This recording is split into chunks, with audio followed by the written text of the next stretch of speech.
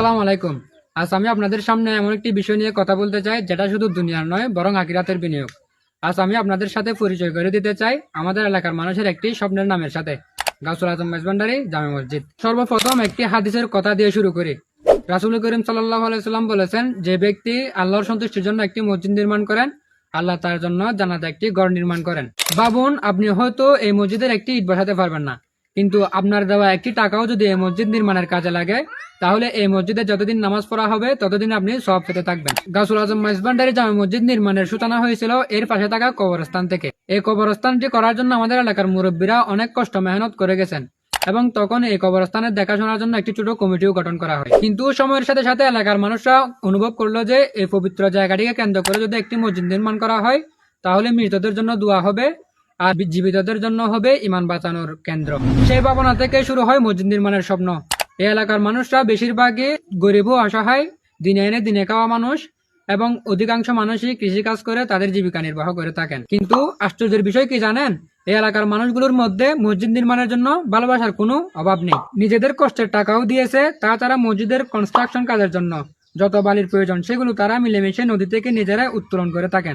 এটাই বলে দেয় যে তারা আল্লাহর উপর ভরসা রেখে কাজ চালিয়ে গেছেন। প্রায় 3 বছর ধরে এলাকার মানুষরা এই টিনের মসজিদে নামাজ আদায় করে আসছেন এবং এখানে সকালে এলাকার শিশুদের মক্তবে কোরআন শিক্ষার পাশাপাশি বিভিন্ন নৈতিক শিক্ষাও প্রদান করা হয়। শত কষ্টের পরেও এলাকার মানুষেরা হাল ছাড়েনি, কারণ তাদের হৃদয়ে একটি আশা আছে, একদিন এখানে একটি ফাঁকা আল্লাহর ঘর দাঁড়াবে।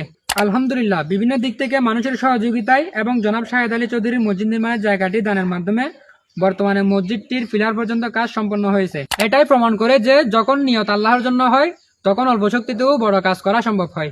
এখন এলাকার মানুষদের সবচেয়ে বড় স্বপ্ন হচ্ছে আগামী ঈদ উল ফিতরের আগে মসজিদটির ছাদ ডালের কাজ সম্পন্ন করা। কিন্তু এই কাজের জন্য এখনো অনেক টাকার ঘাটতি রয়েছে। আর যদি এখানে চাঁদ হয়, আগামী দিনে এখানে নিয়মিত জামাত, শিশুদের দ্বীনি শিক্ষা এবং আল্লাহর ইবাদতের একটি নিরাপদ জায়গা তৈরি হবে। প্রিয় মুসলিম ভাই বোনেরা, আজ আমি আপনাদের সামনে একটি সুযোগ নিয়ে এসেছি, জান্নাতে একটি ঘর বানানোর সুযোগ এবং সদকায়ে জারিয়ার অংশ হওয়ার গুরুত্বপূর্ণ সুযোগ। আপনার দান ছোট বা বড় যাই হোক, আল্লাহর কাছে এর মূল্য অনেক।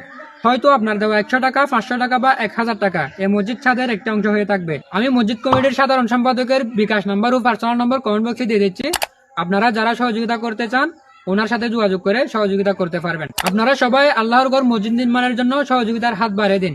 সবশেষে একটা কথা বলতে চাই, এই ভিডিওটি শেয়ার করুন, কারণ আপনার একটি শেয়ারে আরো অনেক মানুষের কাছে এই ভিডিওটি পৌঁছে যাবে। আসসালামু আলাইকুম ওয়া রাহমাতুল্লাহ।